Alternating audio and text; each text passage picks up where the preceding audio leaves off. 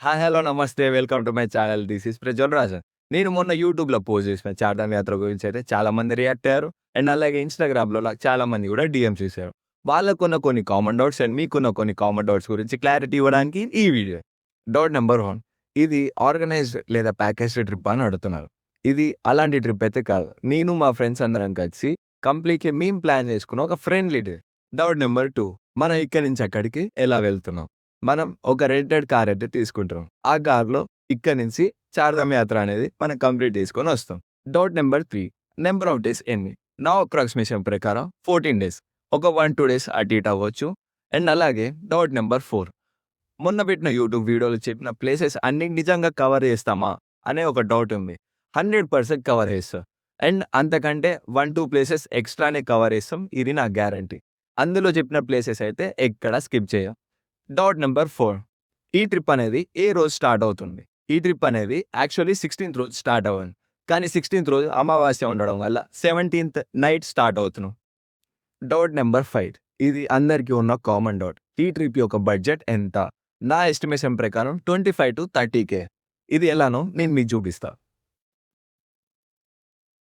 ఇది మన చార్ధామ్ యాత్ర యొక్క బడ్జెట్ ఎస్టిమేషన్స్‌లే.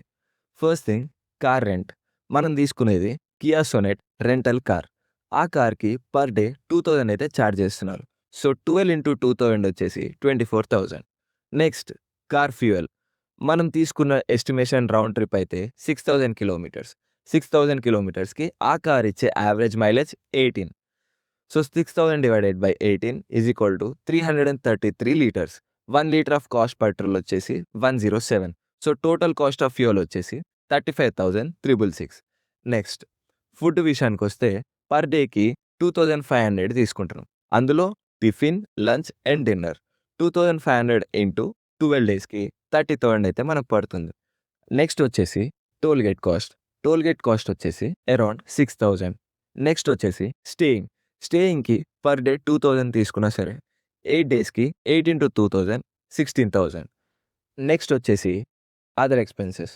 అదర్ ఎక్స్‌పెన్సెస్‌లో మనకి ఇంక్లూడ్ అయ్యే థింగ్స్ ఏంటంటే car parking fees, temple entry fees and అలాగే మనం ఎలాంటి హిస్టారికల్ ప్లేసెస్‌కి వెళ్ళినా సరే అక్కడ ఎంట్రీ ఫీస్.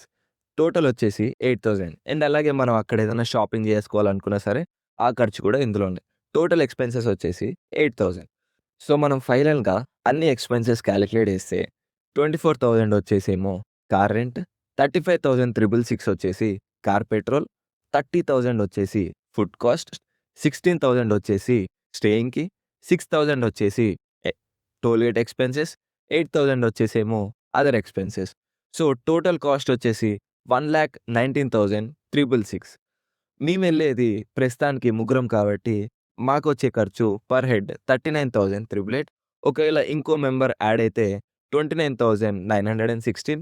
అండ్ అలాగే 5 మెంబర్స్ వెళ్తే గనక పర్ హెడ్ 23,933కి ఈ బడ్జెట్ అనేది ఫినిష్ అవుతుంది. ఈ ట్రిప్ యొక్క బడ్జెట్ ఎస్టిమేషన్ స్లిప్ ఇప్పుడు చూసారు కదా. ఈ ట్రిప్ అనేది 17థ్ రోజు నైట్ స్టార్ట్ అవ్వబోతుంది. అండ్ యాక్చువల్లీ 16థ్ రోజు స్టార్ట్ అవ్వాలి. ఆ రోజు అమావాస్య అని చెప్పేసి 1 డే పోస్ట్‌పోన్ చేసాం.